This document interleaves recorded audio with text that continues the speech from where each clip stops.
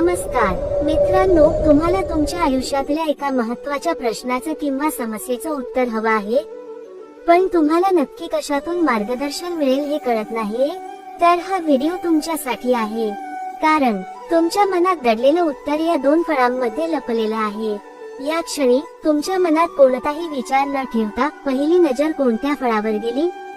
लाल धम्मक सफरचंद की चमचमणारं उत्साही संत्र? आता तुम्ही निवडलेले फळ तुमच्यासाठी श्री स्वामी समर्थ महाराजांचा कोणता गुप्त संदेश घेऊन आले आहे ते त्वरित जाणून घेऊया. श्री स्वामी समर्थ.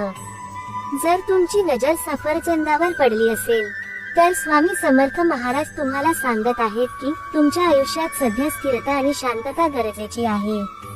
तुम्ही घेतलेला निर्णय अगदी योग्य आहे, पण यशासाठी थोडा संयम ठेवावा लागेल. लवकरच तुमच्या प्रयत्नांना गोड फळ मिळणार आहे. फक्त मनात सकारात्मकता ठेवा आणि इतरांवर विश्वास ठेवा. तुमच्या अडचणी दूर करण्यासाठी लवकरच एक नवीन संधी तुमच्या समोर येणार आहे, त्यासाठी तयार राहा.